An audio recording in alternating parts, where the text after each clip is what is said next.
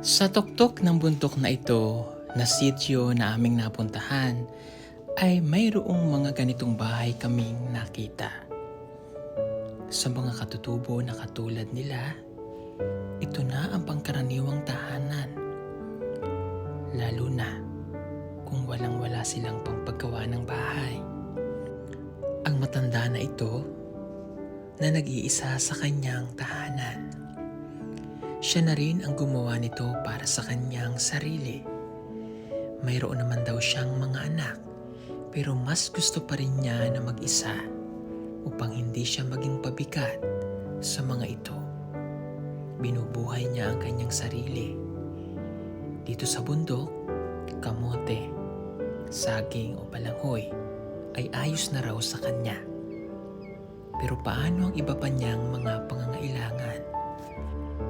Nakakalungkot na may mga ganito tayong mga kababayan, lalo na yung mga katutubo, na makikita mo ang kanilang sitwasyon. Ina, papatitiis mo ba ang iyong ina? Pero wala silang magawa dahil mahirap ang kanilang buhay. Pugong biyahero, ang hero ng masa, ang hero ng masang Pilipino. Handang maggala sa kabundukan para ang ating kababayan ay mapuntahan. Ang pugong biyahero, handa na tulungan malayong kababayan na nangangailangan. Hindi namimili kahit pa na sino. Pugong biyahero, hero ng masang Pilipino. Mga kababayan, alam nyo dito sa sitio na ito ay isa lamang doon sa mga bahay na aming napansin din ay ito.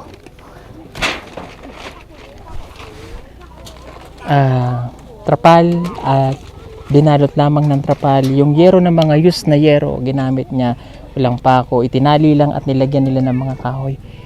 Ang nakatira po dito ay isang katutubong matigsalog. Nandito po kami ngayon sa San Fernando, Bukidnon. Ayo! Ayun, sir. Ay, hello po. Ako po ang bahay nila. Mataas pa ako sa bahay nila. So kapag ka mainit, siguro hindi ka makapag-stay dito dahil sa sobrang init. Pwede po ako sulod, Nay? Oh, sir. Okay. Magandang hapon po. Oh, sir. Ay, abaw. Sorry po. Ay, sorry. Hindi pa nangakabaw. Ay, sorry. Ala, Diyos ko. May kwarto si nanay din eh. Okay. Pasensya na kayo na ya. Dahil mainit dyan. Pasok ka. Okay. Bibigay ko lang to kay Ed itong isang mic kasi palagay ko ay hindi ito makakaintindi ng... Kabalo mo magbisaya? Oh. Okay. Ako po si Paul. Ito po si Edito. Ako po ay Tagalog. Gikan na Manila. Si Kuya Eli, taga Davao. Lumad, taga Atam. Siya ay taga Pakibato. Unsay mo nga lanay? Elena. Wow, ang ganda ng pangalan. Napaka-passionista ni nanay, oh. May mga earring. Okay. Tribo ninyo ay matigsalog. Matigsalog. Nanay Elena, pila edad? 62 buwan. 62. Ang ganda ng buhok ni nanay, kulot. No? Sino pong kasama mo dito sa balay? Wala, sir. Wala kang kasama? Wala. Asay mo ang anak? Nakaminyo na, sir. Nagminyo na. Oh. Pila anak mo? 5. So yung 5 na yun, lahat nagminyo. Ang imo ang asawa, Namatay na, sir. namatoy. Oh. So mag-isa ka na lang nabubuhay. Paano ang kinabuhay mo diri? Wa gyud, sir. Wa may gud akong mahimo kay tigulang nako. Nya wa pay akong asawa. Tan-awa ning akong balay. Sino naghimo na imong balay? Ako ra, sir. Ikaw lang naggawa nito? Oh. Galing nga. Asagikan tong mga lumang na yero. Di among ipalit ang mga daan running kuan, sir. Binili mo pa yan? Tama ba? Binili niya pa? Binili daw niya yung mga luma. Kasi tingnan nyo ang mga ginawa niya, tinali-tali lang niya, pati yung mga haligi niya, oh. Paano pag nag-ulan, Nay? Basa Kung ba diyan? mag-ulan yun, sir, mabasa ko. Tsaka pag malakas ang hangin, mataas yung pwesto nila. Hmm. Bakit pinili mo mag-isa? Pwede ka namang sumama sa imo ang anak. Di man ko gusto, sir. Ayaw mo. Mm. Bakit? Di lagi ko gusto, sir. Kuang ko sila. Sabay. Uy. Gusto mo lang mag-isa? Oh, gusto gyud kong usara ko. Mahirap naman yun ay nag-iisa-isa ka. Mahirap makaglawong kira, sir. Hirap daw pag mag-ano tayo sa bahay ng ano. Ng anak pa. Ayaw mo maging pabigat, in short. Okay ko. Kung gusto na, agi, pak, Lamong. lamong ka. Oy, di gyud ko, sir. Gusto ko gyud ya, sir. Og laing kus balay.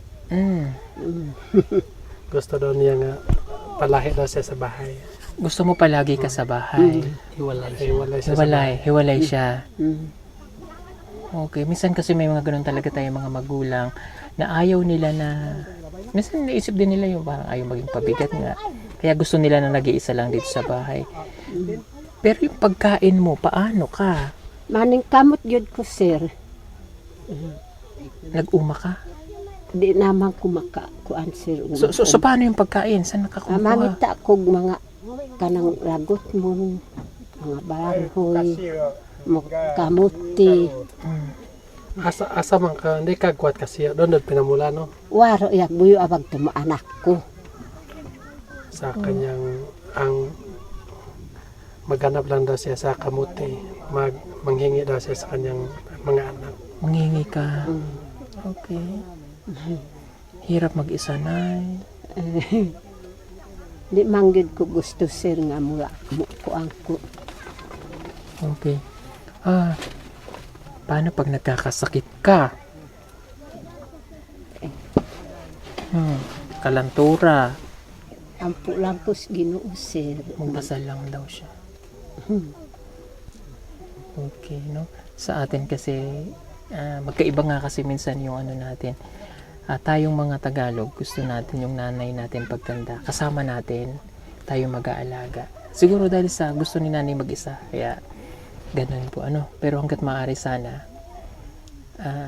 kapiling natin yung nanay natin na nasa sa tabi natin, tayo yung nag-aalaga, tayo yung mag-care hanggang sa pagtanda. Di ba Edito? Sa Edito ganun.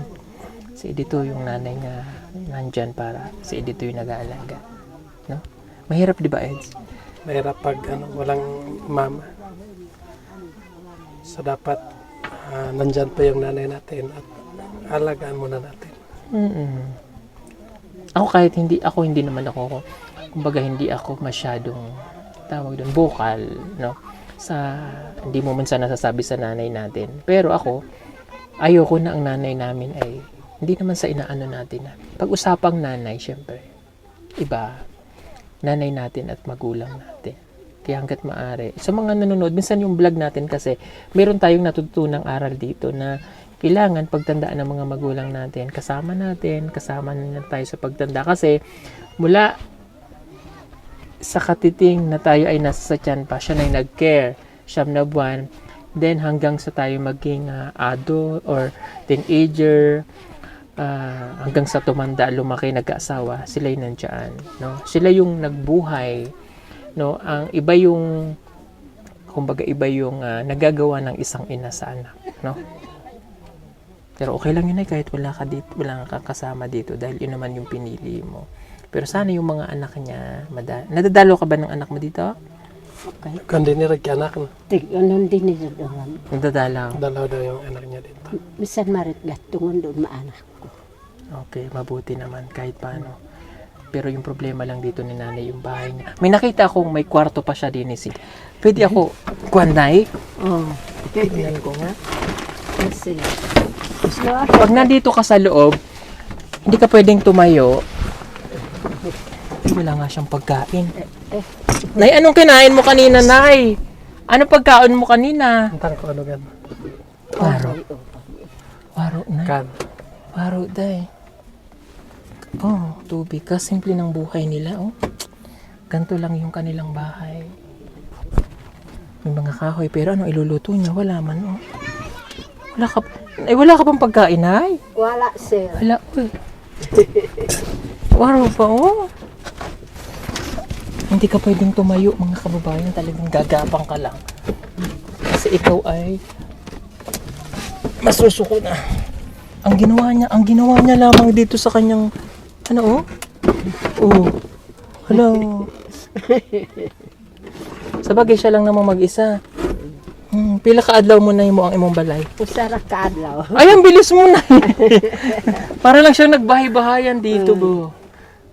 Okay, may ilaw ka dito, suga sa gabi eh. Wala, sir. Paro, Wala. sakto, bigyan kitang suga. Ito. Bigyan natin suga si nanay. Ako'y nandot so.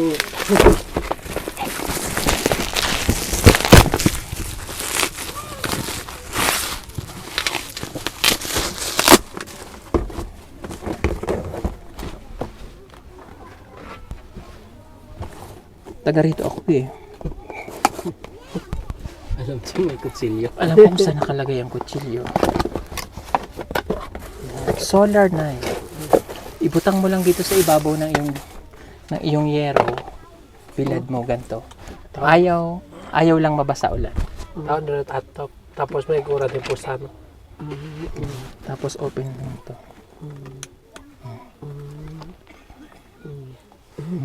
Ha? Oh, yan. Pwedeng Isan hinaan. wara daktir eh. Yan. Oh. Solar lang. Dampil nuro siguro tatop. Kano pura ni. Uy. Pwede mong isabit dito man niya ang gabi. Ano eh? Open natin. Oy! Suga. No? Oh. Pwede rin yan dumikit dito eh. Pag matibay. Kaso hindi matibay yung yero ni nanay. Okay? So para po ito sa yula. Ay nay, bilad lang natin muna sa bubunga. Okay. May paglabas natin, ibilad natin para ano, habang may araw pa. So para sa kanya po ito. Na may sapi. Wara, sir. Waro? Wara. Ikaw ba'y may natatanggap na sa senior? Wara ang ma'am nas kwatsing yun. Hindi daw siya na-apel ng senior. Wala no. Kanina, ang daming tao dun sa barangay. Bigayan ng senior ngayon. May natatanggap sila quarterly. Sana yung mga katulad ninyo may mga natatanggap yung mga katutubo po. Sana mapuntahan sila ng DSWD. Para kahit paano mayroon kayong matanggap. No? Ang nanay mo may DSWD na natatanggap. Oh, andun yung kapatid ko kanina. Di ba? Malaking bagay at malaking tulong po yung kahit kakapirasong pera na matatanggap nila. Malaking bagay sa mga katulad ni nanay na senior. No? Wara ang mama So- na bitsing yun. Wala pa daw panesta ka niyo kahit senior. Wa. Wala pa daw nagpa-ano sa kanila dito. Wala. Okay. No. Hirap nung ganun, no? Wala kang aasahan na darating na tulong sa'yo, wala kang matatanggap na pera kahit paano. Okay. Dahil wala kang sapi, mamaya wala ka pang pambili ng pagkain. Anong kakainin mo mamaya? Wala akong nakita ng pagkain. Wala gid sir. Kaya tiyaan wag na aldo kag pamitot ikas doon nagpamalit tahiti. No, tiyaan wag na aldo kag pamitot tahiti. No, paliwaan ko magtabugas. Kanya Naghanap daw siya ng ano, yung lanot bitaw, silhig lanot. Ano yun? Walis. walis. Para mabenta niya, para Gagawa ka pa noon para maibenta mo. Okay. Ako'y mabuhi ang Okay, dahil walang pera si nanay, bibigyan kita ha. Bigyan kita para makapalit ka o bigas unya, no? Okay.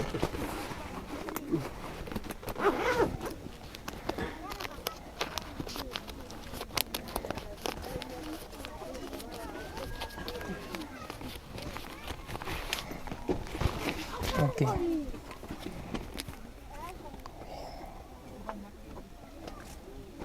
Sige po. Magti-thank you lang po ako kasi sabi nila dito ay tayo na ang bahala kung kanino natin ibibigay. Ito po ay kusang loob na ibinigay nating sponsor, so kaya kusa rin po namin itong ibibigay at bilang pasasalamat po sa kanila, hindi naman po pwedeng hindi natin ito ibibigay, kaya dinadala po namin palagi yung donasyon para maitulong po natin. Thank you po kay JPRO JPro na nagbigay ng 3,000 at Nelson Tenpos na 1,500. So gawin na natin yung 2,000 para 5,000 para kay nanay. Marami pong salamat sa sponsor. 1, 2, 3, 4, 5. Kabalo mo pila to, nay. Kabalo mo pila. Uy, Pila. bali man 500. Oh, 5 kada, 500, 500.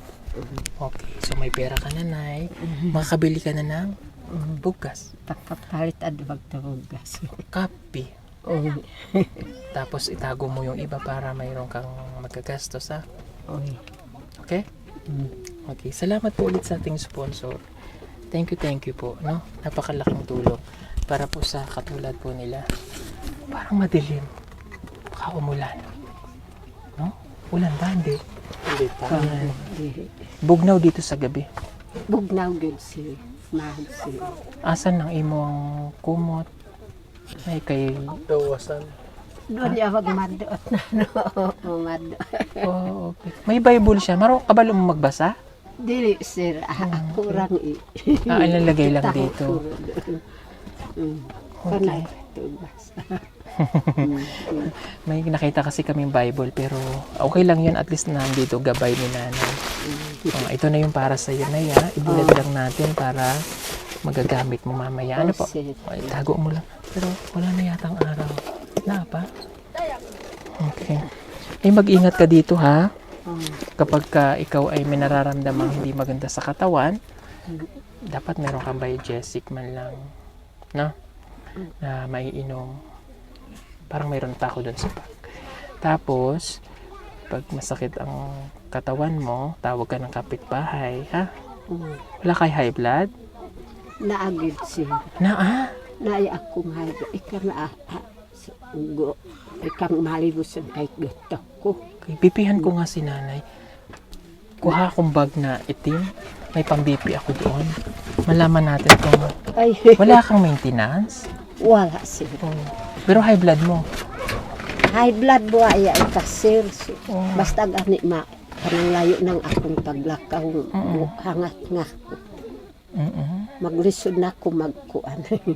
Oh, maglisod ka na. Sige, bipipihan kita para malaman ko yung dugo mo. Ha? Meron akong pang-BP doon. Para malaman natin. Dala-dala ko lagi yung aking pang-BP po para ako po ay high blood para na ano ko yung aking dugo. Ayan, pinapakuha ko lang po kay Edito para mapipihan natin. Okay, itago mo na ang iyong kuan. Sapi.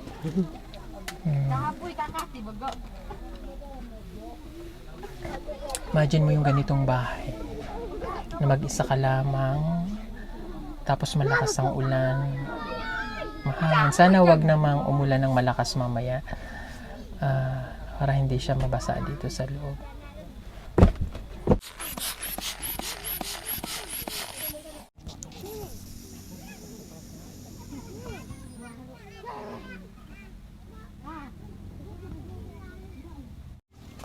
Okay naman. 120/90. Normal naman na eh. Normal.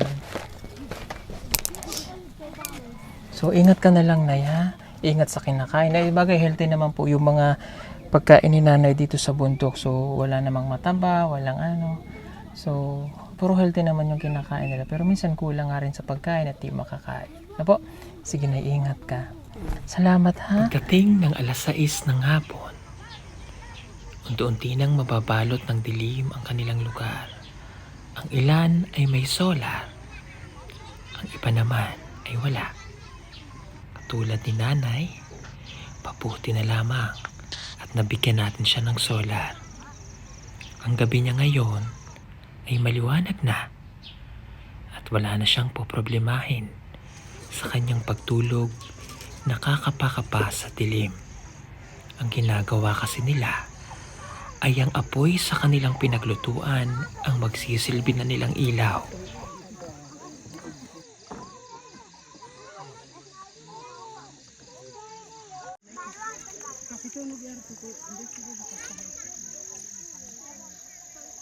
Thank you so much po sa inyong lahat mga kababayan. God bless po. Bye-bye. Thank you po ulit sa ating sponsor. Maraming pong salamat. Bye-bye, Nay. Bye-bye po. Ayan, ang hirap lumabas sa bahay ni Nanay kasi kailangan mong yumuko. Hindi tayo pwedeng tumayo, mauuntog. Ayan, napakaliit kasi no bahay po nila. Okay. So, tapos tayo dito. At hindi lamang ito yung bahay na makikita nyo po. Susunod na lamang po nung isa pa nating video. May bahay pa tayo po na pupuntahan. Marami pong salamat.